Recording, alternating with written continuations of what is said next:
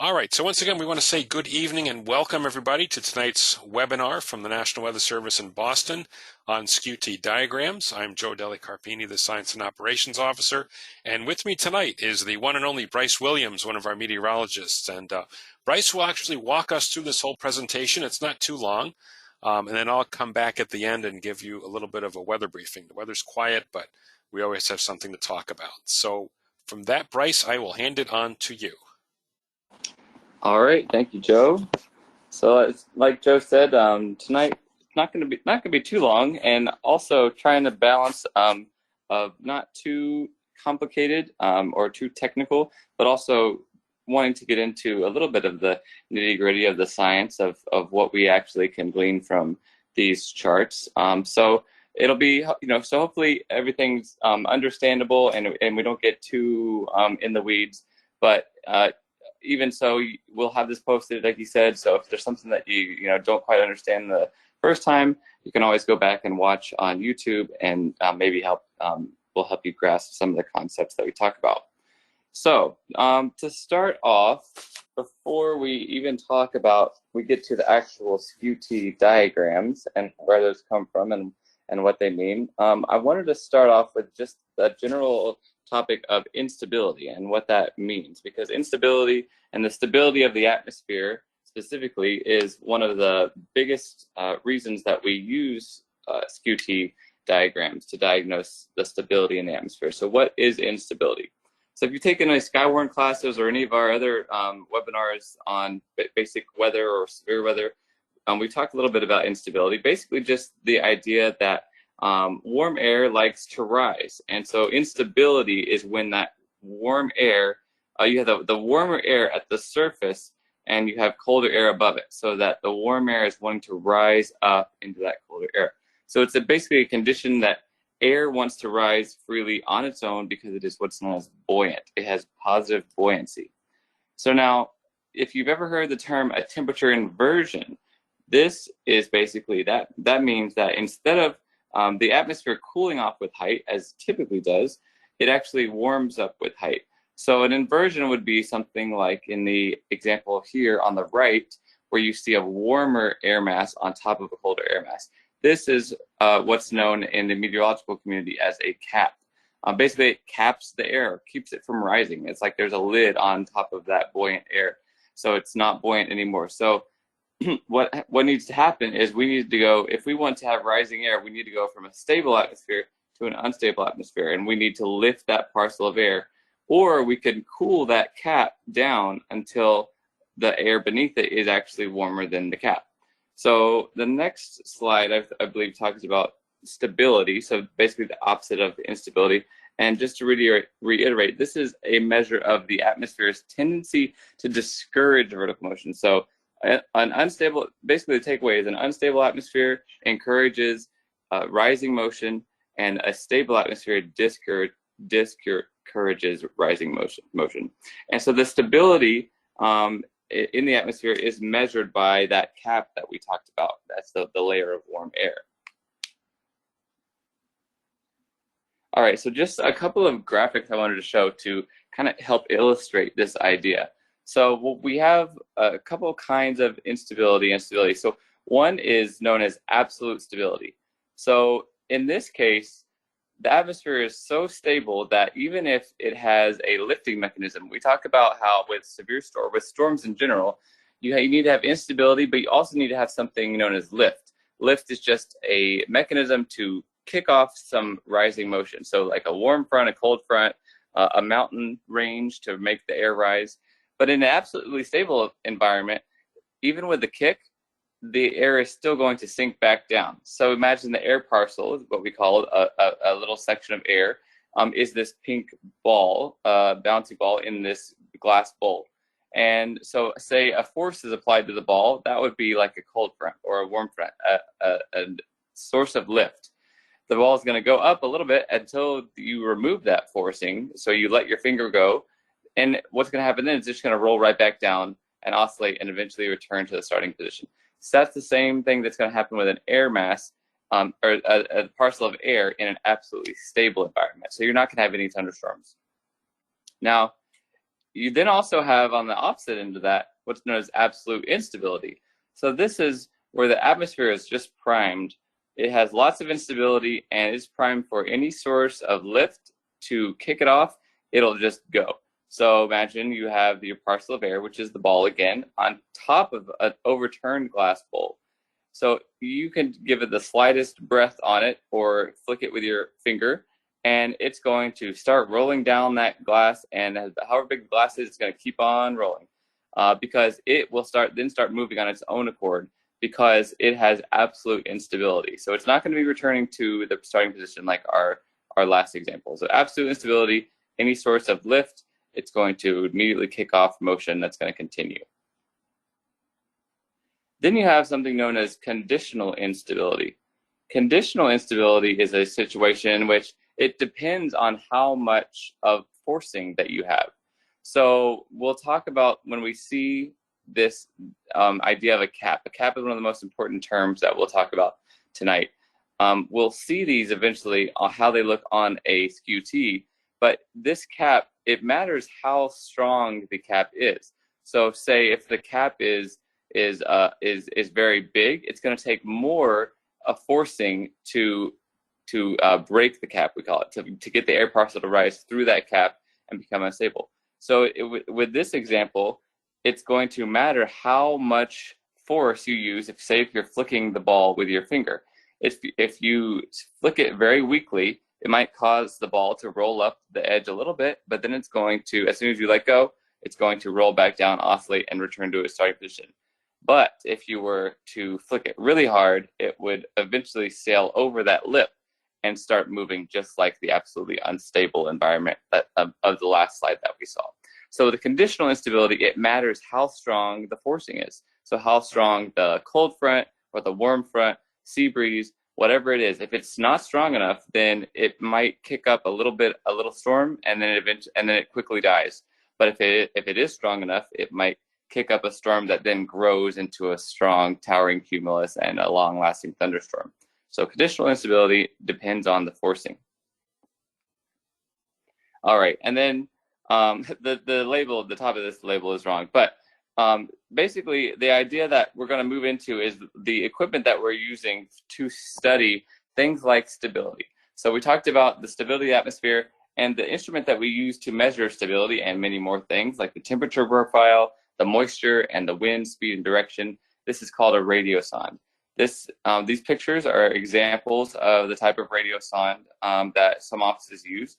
Now, the technology is always evolving, so I believe now this is what they look like when I last launched weather balloons 4 years ago, but I believe they have now moved to an even smaller device than this. But the idea is the same. It has instruments on board to measure all of these different factors. So what we term this is upper air observations. So when we're talking about, when we say upper air observations, we're talking about weather balloons attached to radiosondes. And so you can see in this picture that I took at my old office in Spokane, Washington. This is one of our balloon launches during a stormy day. And you can see the really big balloon, the long string that connects the radiosonde, which is the white dot way down there near the trees, to the balloon. And the reason the string is so long is because you want to make sure that it is not, the measurements are not being influenced by the balloon itself and maybe the wind eddy that it causes or any sort of heat difference. So it's a really long string, and you see the bright orange dot on the string, that is a parachute. So that eventually the balloon pops, the parachute opens and catches the radiosonde and it floats back down.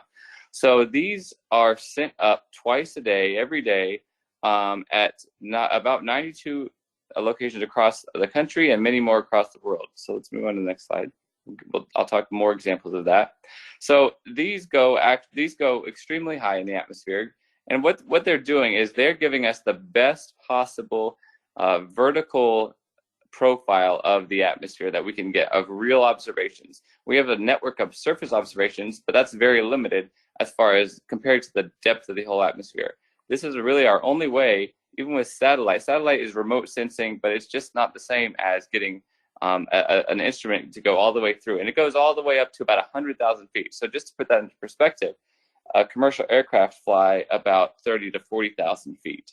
So you're talking more than double the height of commercial aircraft. So very high. All right, so I wanted to include this. This is kind of fun. Not every launch is always just smooth. The balloon goes straight up. This is my weather balloon launch during a windstorm where we had about 75-mile-per-hour winds. And I'll let it play through again. You can actually see the radiosonde get slammed into the ground because the balloon gets caught in the eddy of the building itself. So it kind of sits there for a minute. The radiosonde hits the ground. Luckily, it survived. And eventually, it catches the 70-mile-per-hour winds and takes off sideways. And there are peril lines out there that it barely missed. So it almost a disaster. But surprisingly, the radiosonde survived the slam on the ground and was able to still give us good data for the whole flight in real time, and that was very helpful. So sometimes they can be fun. All right, so this is what you would see if you were riding a weather balloon up with the radiosonde. This is courtesy of a group of middle schoolers that attached a GoPro to a weather balloon, and this is the last picture that it took before it popped. So you can see it almost seems like you're in outer space. It's pretty incredible how high they go, and eventually they burst into a million pieces. All right, so like I said, twice a day, every day, they're launched at the same time across all time zones. So basically that's giving us a snapshot at one moment in time across the entire globe to feed this data into our weather models. And like I said, there are 92 sites across the country and many more around the world. Each flight takes about an hour and 45 minutes, give or take, a quarter of an hour or so, about an hour and 45 minutes. And like I said, after it pops, it falls back to the earth. And we tend to receive about 10 to 20% mailed back to us. If you ever stumble upon one, there is a bag that is attached to it that you can mail back. It's pre-postage paid, so that you can mail it back and it gets recycled. We don't get many back here because ours we don't have any land downstream of us. When I was in Spokane, we did get several mailed back to us while I was there, and even one the most interesting was a older woman who actually took the long string that is attached to the balloon and knitted us a oven mitt out of it and included that with the radiosonde. So that was kind of fun, and we kept it in our break room. So yeah, 10 to 20%. All right, so these instruments, getting to the meat of the talk today, these produce what are called Skew-T log P diagrams, or we'll just call them Skew-T diagrams, because that's kind of what people generally refer to them as. And this is what it looks like. And we're going to get into exactly what all these things mean and some of the data that we can glean from here. But this is the gist of what it looks like. So these are the sites across the country where we launched the balloons from. Out of our 122 offices, there are about 92. And you can see we have one, CHH, that stands for Chatham. And that used to be where we would launch our weather balloons up until about a year and a half ago. And the reason that we no longer do that for now is, I think on the next slide, I have pictures. Yes, so it was in Chatham, beautiful location, probably one of, if not the most scenic upper air sites of any weather service office. I did get the privilege of going there before we had to tear it down and took these pictures. You can kind of see the white dome is the building, the upper air building where we would inflate the balloon and get everything ready. And you can see from my picture in the top right from the beach, how close to the edge that building was. And this erosion was happening very quickly because of shifting sandbars out to sea that had allowed a lot of storms to wash away at the shoreline very quickly. And so we had to unfortunately tear down the building before it collapsed into the ocean. And eventually that spot of land did fall in the ocean. So we are currently looking for a new site probably on the Cape to launch from, hopefully in the near future. But eventually that will be returned to Southern New England. All right, so like I said, a Skew-T log P, that's what these are called. And there's all sorts of information that we can get on a Skew-T. things like temperature, wind speed, moisture, and wind direction, and stability. And then, this is a picture of kind of just to give you a visual of what we're looking at, because these are an example of different balloons going up and giving us this vertical profile, because the bottom of the Skew-T represents the surface and the top is that 100,000 feet up. And so what we're seeing, if we're looking at kind of a whole country view, is exactly how the temperature profile of the whole country is evolving over that surface to about 100,000 feet up. So it's kind of neat.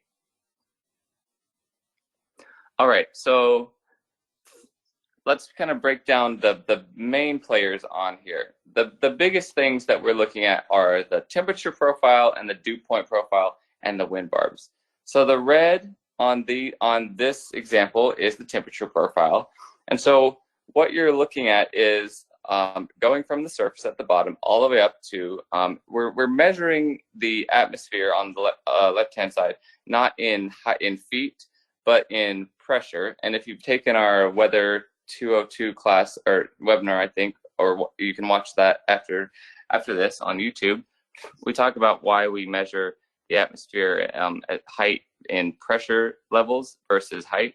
But basically, you're starting out at sea level pressure around 1,000 feet, or 1,000 millibars, and going up to less and less. And so at the surface, you can see that the temperature is decreasing as it goes up until it suddenly takes a kink to the right. And that is what we've been talking about before when we talked about stability. That is our cap, or our inversion. Same, one and the same, just different names.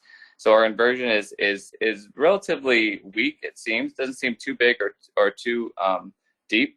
But eventually, pretty quickly, it then starts cooling off with height again, because the temperature goes from colder on the left to warmer on the right. And the reason that it's called a Skew-T is because the temperature lines are skewed. They're not going straight up and down. They're tilted to the right. And now it's a little bit hard to make out on here, but if you see the zero, the numbers closest to the bottom line, the 0, 10, 20, 30, 40, those are degrees in Celsius. So Joe's tracing the 0 degree Celsius line up and down. So you can see how they're tilted. That's where the word skew comes from in the Skew-T. And so I'm going to show examples later of how we can use these lines of constant temperature to diagnose what kind of weather we can expect based on the temperature plot, the temperature profile. So the red is the temperature. Then the green is the dew point temperature. And so this is going to tell us, in conjunction with the temperature profile, how dry or moist the atmosphere is. So basically, the farther away that the dew point and the temperature are, the drier it is. The closer together, the more moisture you have. So where those two touch, basically right there, that is where we would expect a layer of clouds to be if we were looking outside. So it's kind of cool how that works out, and it's pretty simple. Wherever they touch, that's where you have clouds, and if you have a deep moist layer, then you may have some rain. And we'll show some examples of that later. And then finally, on the right-hand side, we have our wind profile. So this is using wind barbs to show the wind direction and wind speed. So the wind direction is indicated by the direction that the wind barb is pointing. So all of these are essentially, most of these are pointing to the bottom left of the screen. That is the southwest. So that means that the wind is coming out of the southwest. I know it can be a little bit confusing remembering if it's the opposite, but wherever the barbs are pointing, that is the direction the wind is coming from. So that's the direction. And then the speed is told to us by the barbs, or the little ticks on the wind lines, and also the triangles. So, they're known as flags. So each full-size little barb is 10 knots. A half barb is 5 knots. And then if you see a flag, that means 50 knots. And you would add them all together. So this one right here is 2 flags. So that would be 100 knots up there at, looks like about 250 millibars. So very high in the atmosphere right, where we have the jet stream, we have 100 knots at the jet stream. And then, so you can kind of we'll talk about how we interpret this, but you can see as you go towards the surface, the wind's direction changes. So that's important. All right, so I'm not going to talk about all these lines, but I wanted to show this diagram just to show you how much information is on this. This is a little bit too in the weeds to talk about all of this, but we have lines that if you color code them, it's easier to see than with the last one where they were all kind of gray. You can see just how much information there is because we have lines indicating the saturation mixing ratio, which has to do with moisture. We have moist 80 bag lapse rates. We have the parcel lapse rates. We have the dry 80 bag lapse rates. We have the environmental sounding, which is the temperature. We have the dew point plot, which is blue in this case. And then what's known as isotherms. That's the one we talked about. That's the lines of constant temperature in the orange. And then isobars, which are the gold. That's the lines of constant pressure, which we talk about in terms of the height and the atmosphere. And on the right-hand side, oftentimes you'll see all these abbreviation or acronyms, and we're not going to get into all of these, but these are basically parameters that are calculated from the Skew-T things to tell us how much instability there are. Like you may have heard the term CAPE, how much CAPE there is, how much convective inhibition. We'll talk about a few of these here soon, but you don't have time for all of these. We could teach a whole semester class on all of this stuff. All right, so now we're going to connect the instability that we talked about with these Skew-Ts, and this is one of the most common views of Skew-T that you'll see if you're looking at online Skew-Ts, where we have the temperature and the dew point are the main focus, and then you have this dotted line, and that is known as, or that is indicating a parcel of air as it ascends through the atmosphere. And what we're doing with this is we're determining how much instability and potential stability, or if there's a cap, how strong it is on our soundings. And so you're basically taking a parcel of air and you're lifting it through the atmosphere and seeing what the temperature of the parcel of air compares to the environmental temperature. And remember, if it's warmer than the environment, than the temperature, the air around it, then it's going to be unstable. So that brings us to something known as CAPE. We call it CAPE. It's an acronym for convective available potential energy. So the more CAPE you have, basically, the more instability you have, and the stronger storms and the faster updrafts you have, which updrafts are just the rising air in a storm. So we're measuring with these Skew-Ts how much instability, and CAPE is probably the most common way to measure instability. So if you look, you see this area between the parcel of air is the green one in this instance, and the environmental temperature is red. And so in all of this area that's shaded as CAPE, you see that the parcel is warmer than the environment. So the parcel is green, the environment's red. And so when you have the parcel of air that's warmer than the air around it, it's going to want to rise. It's going to want to lift. And that means that's good for storms and rain. So that this sounding would have a lot of instability in it. Now, then the opposite of that would be something known as CIN, C-I-N, which is a acronym for convective inhibition. Now, CAPE and CIN balance each other, and CIN is what we would call the cap, the inversion. So how much, if we have a really strong cap, then the CIN is going to be higher. If we have a weak cap, then the CIN is going to be less. So more CIN means less chance of thunderstorms, because you'd have to have, remember we talked about conditional instability. If you have a really strong cold front that can push the parcel of air through that stable layer into the unstable atmosphere, then it can initiate storms. But if it's not strong enough, that CIN is going to cap it. It's going to keep the storm from rising, and it's going to kill the storm. before it can even have any life.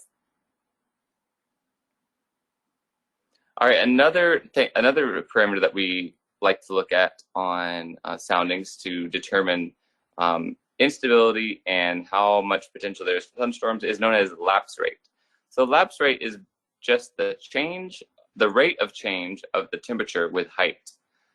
So the more quickly that the temperature is decreasing with height, the steeper the lapse rate. And the steeper the lapse rate, the more unstable the atmosphere is. And you can see on this sounding, sometimes they're labeled like this one. You can see that this we call it the mid-level lapse rate. So this lapse rate right in the middle, about the middle of the sounding, is 7.4 degrees Celsius per kilometer. So that is a steep lapse rate in the meteorological community. We would call that a steep lapse rate. And so you would expect to have an unstable atmosphere. So basically, the more quickly that the air is cooling with height, the more unstable it's going to be. We can also learn something about the moisture in the atmosphere from Skew-Ts. So it's not just instability and winds, but we also have moisture that we can learn about. So mainly we're looking at what's known as precipitable water. So this is basically how much moisture there is if you were to precipitate all the moisture out of the whole column of the atmosphere. Above it, how much? So nowadays, at this time of year, we've been looking at precipitable water levels that are fairly high, around 2 inches. So that's quite high for this time of year in southern New England. So 2 inches might not sound like a lot, but you don't think of it as a 1-to-1 ratio of 2 inches of precipitable water means 2 inches of rain. It's not that 1-to-1. But this is, if you're a forecaster making a forecast, you would be able to tell if there's a lot of moisture available to rain out of this air mass or not. And then if you look on the right, that is the Storm Prediction Center has basically taken and compiled all the soundings or the Skew-T data from our Chatham site over the past many years, and so we can find out how this precipitable water that we measure on any given day compares to the average for that time of year. And so we can see if it's a highly anomalous moisture air mass or a highly anomalously dry air mass, that kind of thing. And these are all available on this Storm Prediction Center's website. All right, and then finally, wind shear. So I talked about how it was important noticing that the winds turned near the surface in that one example. Wind shear is just a change in wind direction or speed with height. And if you've taken our severe weather webinar or my Skywarn class, you know that this is the 4th ingredient that thunderstorms need to really allow them to be extra dangerous and for us to get what are known as supercells. And so it's important for us to be able to tell how much turning there is, because this allows horizontally oriented rolls to develop in the atmosphere.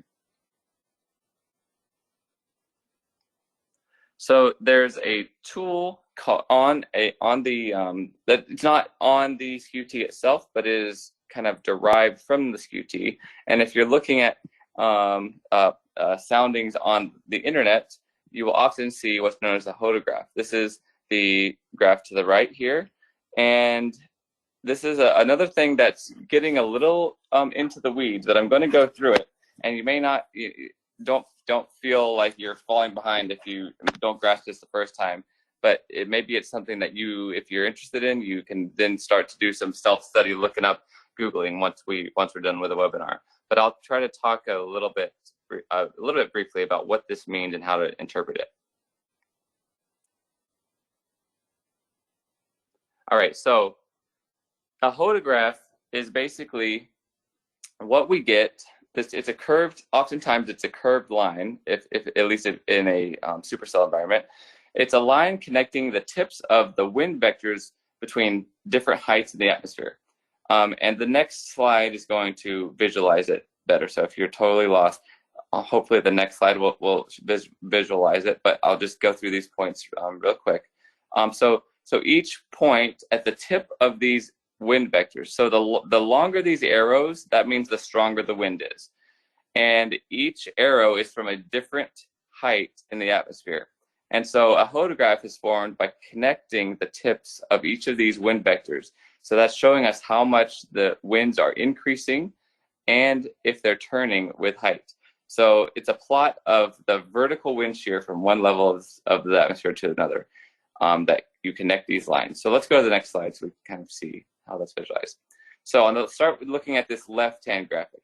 So imagine you have those wind barbs that are stacked up from the surface to high up, and we're shifting them all down to start at the same point, and you get this kind of splayed out look.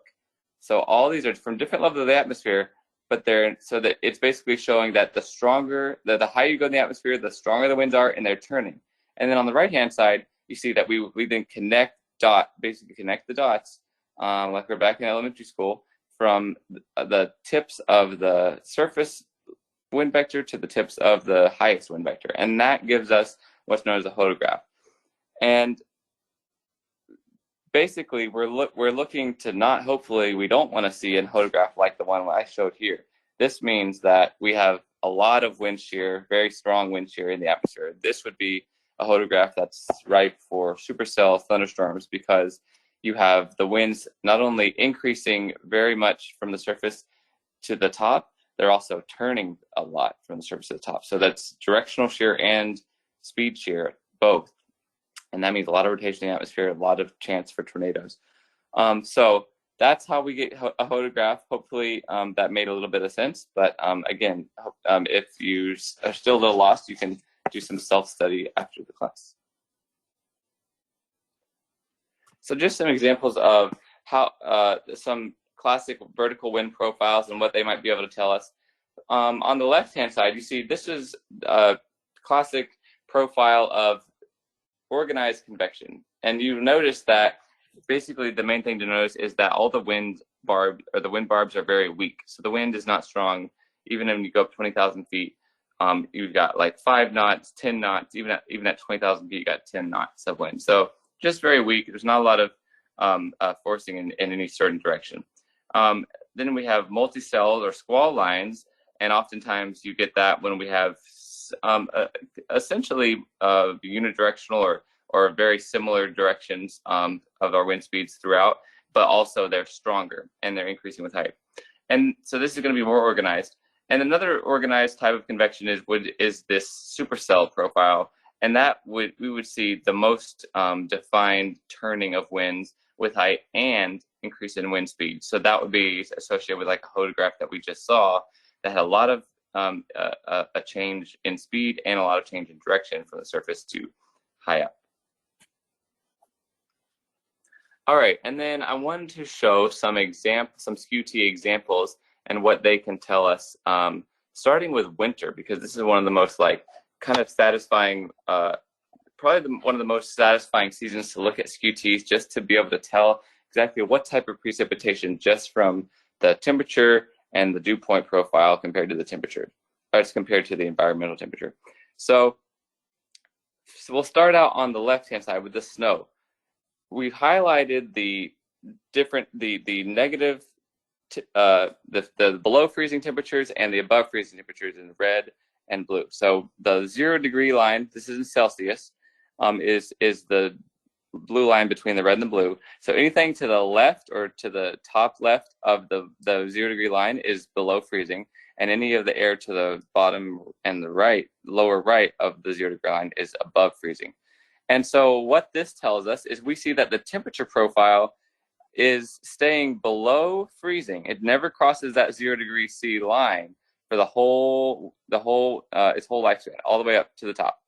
And so we know that it's going to be snow if it's saturated. And we see that the blue is the dew point. So we have saturated atmosphere because the lines are essentially together. And so we have a saturated atmosphere below freezing the entire time. So we're going to have snow because there's no melting going on. Now, moving on to sleet. Sleet is when we get the little ice pellets in the wintertime.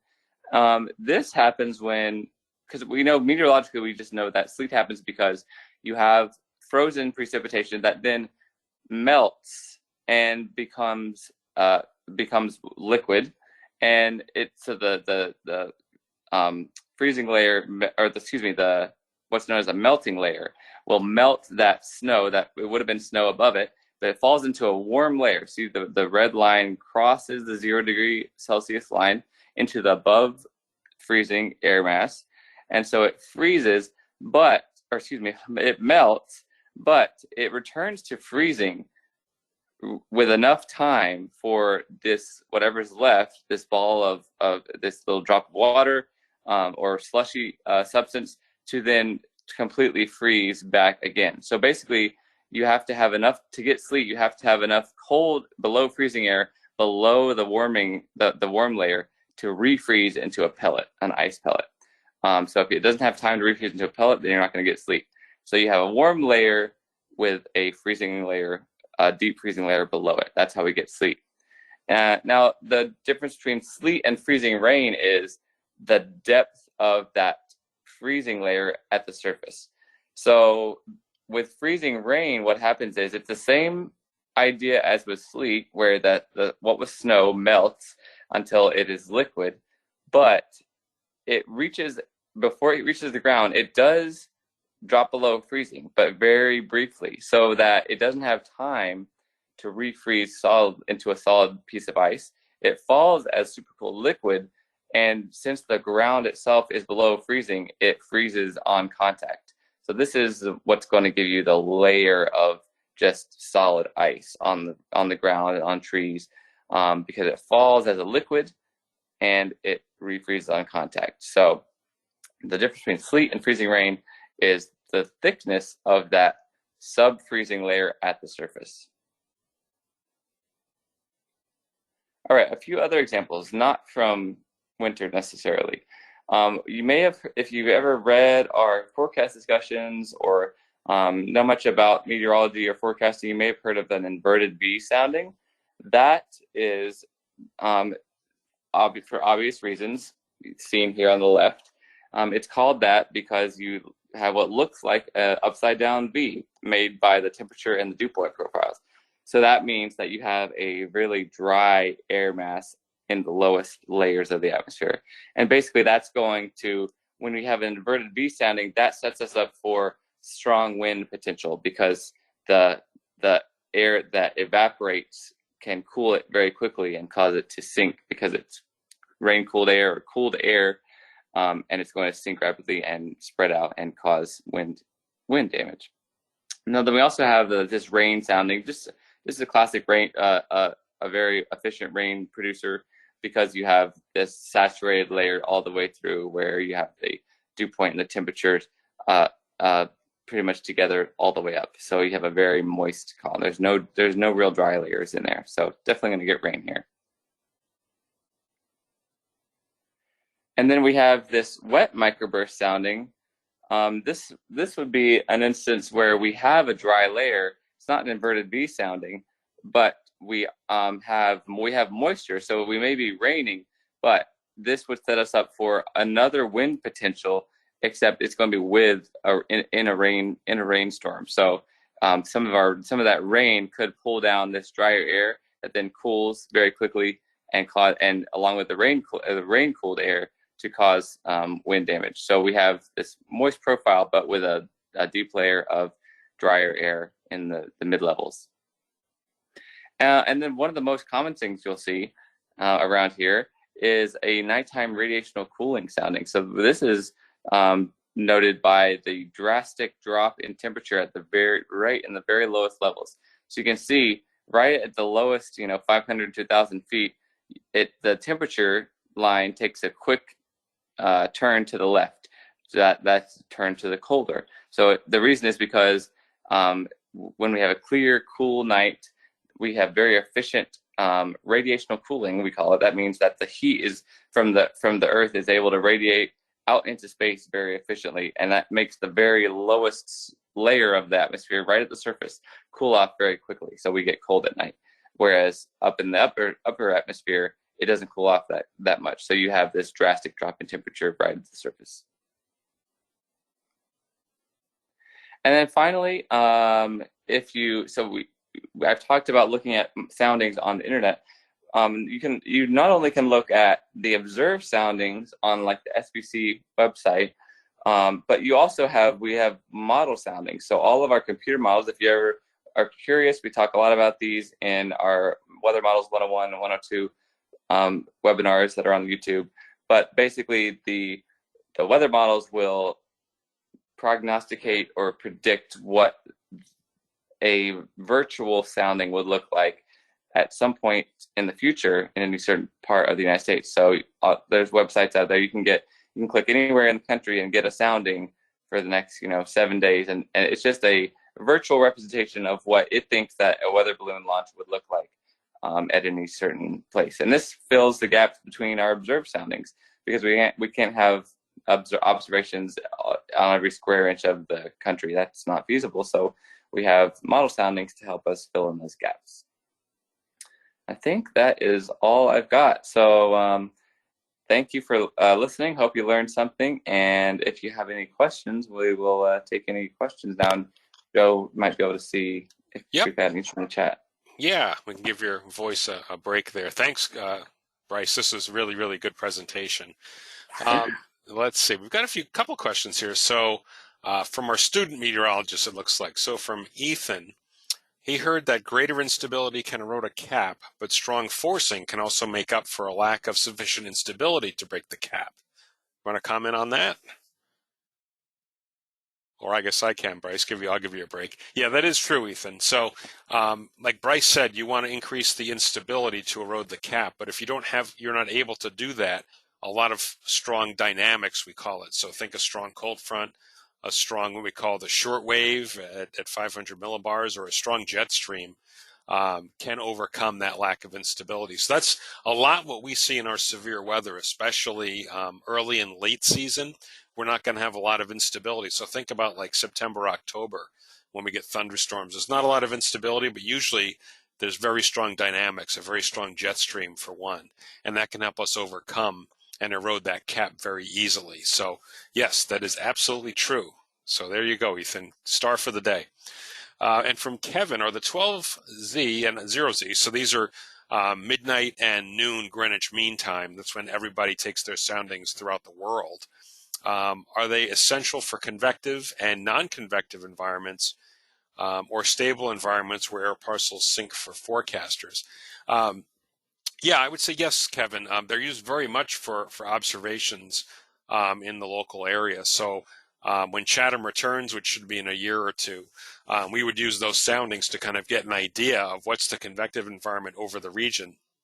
Or we might look at the Albany sounding if the air is coming from the west and say, okay, this is how it looks in Albany this morning. This is the air mass that's going to be over us this afternoon. So we would do that. And then also look at some of the model forecasts that Bryce showed to get a better idea maybe over Worcester or Boston or Lawrence or Providence, an area where we don't have a sounding. So yeah, they actually do a very good job in showing us, what environments are favorable and which ones maybe are not necessarily. It's a form of observation, so look at it that way. From Jeffrey, Bryce, this is one for you. Are the balloons ever hit by airplanes? You had to deal with launching from the airport, right? Yeah, good questions.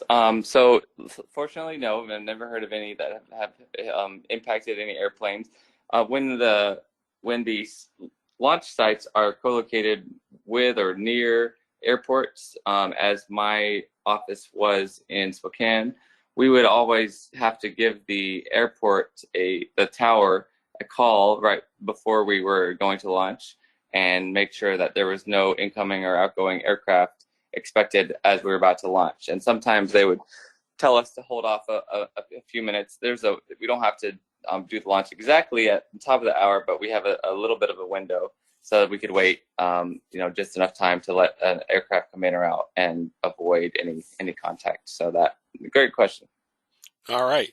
And you might have a good idea with this since you launched the balloons, Bryce. So the radiosonde does transmit data back in real time. This is from Ethan. We know that. But how accurate are the observations? Won't the balloon and radiosonde get blown around horizontally? So is there a built-in tracker that shows where the radiosonde is at a certain height from the launch site? So there is. So yes. So it's got GPS and the technicalities of exactly how it all works is over my head, but it sends in real time, and it is very accurate. it takes into account ability to take into account the getting, like you said, getting blown around. This is what lets us see the jet stream and how strong it is. So when it gets blown around in different directions, that tells us exactly how strong the winds and what direction the winds are at each level. So that's kind of the point, is seeing which way it gets blown around and how fast and at what level. All right. And from Bill, are floats attached to the radio sun so they can be found after water landings? Are they waterproof? Good question. That is a good question. They are not. There are no floats attached, and I don't believe they're waterproof. But it seemed to me that the ones we used were mostly cardboard, so it seems like they would just quickly dissolve away in water.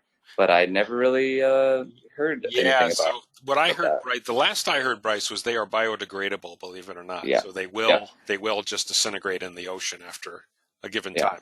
So yeah. Let's see. Okay, another one from Ethan. How come Skew-T diagrams only show observations from the surface up to 100 millibars? The balloons go up to 100,000 feet. So why is that?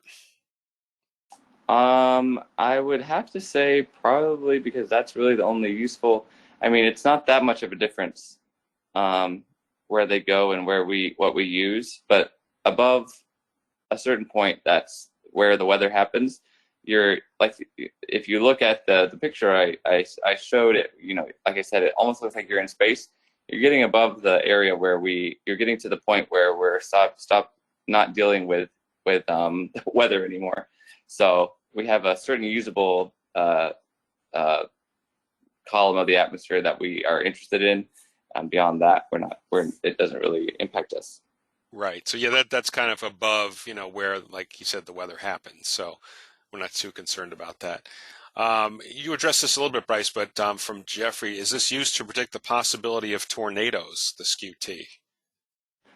Yes, definitely. So especially the cape or measuring instability, and the hodograph. The more curved and bigger the hodograph is, the better chance of tornadoes because the more wind shear. So yes, definitely a big tool in determining risk for tornadoes. All right, let's see. Got a few more questions, and if we don't get to yours specifically, feel free just to email me afterwards. I know we have a lot of questions on here, but I want to try and get to everybody. From JP, did the weather balloon pop due to low pressure in the upper atmosphere? Yes, that is why it pops, because it gets so big because there's no pressure. There's so little pressure that I've heard by the time it gets to the top of where it pops, it's like the size of a small house. So it's big at the surface, but it's huge right before it pops because of the low pressure. And another question from JP, is the Skew-T most useful for analysis of past storms, or can it be used in predictions too? I think you touched on that a little bit. Yes, it is useful for analysis of past storms, but especially, it does help us and have an idea of what to expect in the future too. I mean, that's the main. I'd say that's the main utility, is to help us predict the future storms. Right. Question from Tom. What is meant by air that is free to rise on its own? So basically, air that it's not going to need physical force to rise. So say you can get rising air that's not going to rise on its own, but will if it's forced, for instance, or graphically forced air, or basically air that's forced up because of terrain. So you imagine a parcel of air that's blowing across eastern New York and then into Massachusetts. It's going to run into the Berkshires, and it's got to go somewhere. It can't go underground, so it's going to go up. So it's rising, but not because it's not rising on its own because of instability. Air that's rising on its own is rising because of its instability, the nature of its instability, because it is warmer than the air around it. So it doesn't need it doesn't need a physical mechanism to push it up. It's just going to rise because of its buoyancy. All right. And let's see, from Robert, how far out are the models accurate for the soundings? Ooh, good question. Mm. We normally, I think, Bryce, use them within about 24 to 36 hours Yeah, for I detail. would say Yeah. for those kind of details in the next 2 days. Yeah. I mean, we can look at them beyond that just for general, idea, but like the higher resolution models that we talk about, Robert, it's more in the maybe 24 to like 36 hours max is where they're going to be most accurate and give you the most detail. Let's see. From John, here's a good question. So when weather balloons are launched at the same time each day, would the launch time be 1 hour earlier for each time zone farther west? Yes. So that's a good question. Yep. So everybody does it at the same time. So say we do them at 6 a.m. here. That means 5, 4, 3. So when I was in Spokane, say we would do it at 4 a.m., whereas here they would be doing it at 7 a.m. All at the exact same instant. It doesn't matter the time zone. Right. It's based on Greenwich Mean Time. So midnight and noon, Greenwich Mean Time. So right now, noon on Greenwich Mean Time is 8 a.m. here on the East Coast. So 7 a.m. Central and etc. So that is correct. From Eric, what benefit is there to a Chatham sounding if it is at the coast versus the central mass area that might better represent the area as a whole? Ooh, good question. So we get this one a lot, Bryce. Yeah. It's actually, so Eric, we're trying to sample the coastal areas. So think, we launch one in Chatham, which will be happening in a year or two. It's launched up at Gray, Maine. It's launched in Long Island. These are our coastal areas, but we also have the inland areas, which are sampled by Albany and places farther inland. So don't think about it as you want to sample every specific location, maybe in southern New England. One or two are pretty much good enough for what we need to do this for. So. Like Bryce said, we have the model forecast to kind of fill in the gaps, and they actually do a very good job. But for the observed area, us having Albany to the west, Long Island to the south, Chatham over us, it's pretty good. So we get a good representation of the coastal areas as well as the interior by kind of doing it that way, if that makes sense. And it has to be cost effective too. We can't launch balloons over every, portion of the area. So they're kind of co-located with the offices for the most part. And let's see, Sebastian, does the model ingestion of the 0 and 12 Greenwich Mean Time upper air observations make those runs more accurate than perhaps the ones at 6 and 18 would be called Z, or is that faulty logic? Actually, we did some research back when the Chatham soundings were being discontinued, and the model soundings actually, for the models, don't play a large part anymore. It's maybe, I think, Bryce, the number was 5 to 8%. Was being used. It's largely now, yeah, believe it or not, Sebastian, it's largely satellite right now. And don't forget, we have the new GOES 16, the new generation of GOES, which provide much, much more data than the previous generation of satellites. So it's actually largely driven by satellite data supplemented with these observations. Now, I think the soundings are very good for us looking at observations. Like when we get the new sounding from Albany in the morning, we'll get a good idea of that day's convective potential, thunderstorms, or maybe the rain-snow line when we're looking at Chatham, for example. So they're more used heavily for observations, I think, than for the models. Really has a believe it or not, very small part in the accuracy of the model forecast, but still good. Another thing that's used are aircraft soundings too. So a lot of aircraft are fitted with instruments that they can report temperature, dew point, pressure, and we can extrapolate the wind from that as well. Those are used as aircraft land and depart. So we have a whole network of observations that are used. But overall, by far, it's the satellite data that really is used the most. So very good question. Let's see. From Tom, is dynamic cooling related to conduction from hydrometeors or the physical displacement of the air, or both? Bryce, I can handle the sciencey question. I guess that's my job. So dynamic cooling occurs because of evaporation. So it's not really conduction or displacement of the air. It's when Bryce showed that dry layer for like the dry microburst, it's the evaporation of the air that causes that cooling. And that's what we see in the wintertime a lot too. If we've got snow moving in, say it's been a day like today, it's been very dry, but now we've got snow coming in maybe tonight or tomorrow. On the leading edge of that, we're going to see what's called dynamic cooling. So we're going to have a very large temperature dew point difference. Maybe it's 45 degrees over a dew point of 15. Well, that air is going to cool as it begins to saturate. So you might say 45 degrees, we're going to start as rain. Well, no, not really, because as soon as it starts to saturate, the temperature is going to drop in the 30s very quickly, maybe the lower 30s, and we're going to start to see snow and it's going to start to stick. So it's more just a result of evaporation than anything else. But good question. Let's see, a couple more here. From Eric, I'll give this one to you, Bryce, because you're the radiosonde guy. Can the radiosonde be blown far enough that it goes out of range? What is kind of the receiving network distribution? Well, I'll say that we never encountered that in my 3 years of launching them. And yeah, I launched them in some very strong upper air windy conditions, so that the range, I mean, I was in eastern Washington, and they went well through Idaho into Montana sometimes, and we never lost range. So I don't know what the terminus of that would be, but I would venture to say that it's beyond how far the wind could take it. Yeah. Okay, good. There you go. And just a couple of quick questions, and we'll finish up. So, Melissa, are the balloons biodegradable? Yes. Yes, they are. And from Tom, are the radiosondes detecting more water vapor in the atmosphere? That's a good question. We'd have to look at, I think, at a climatology, Bryce, to see. My initial guess might be yes.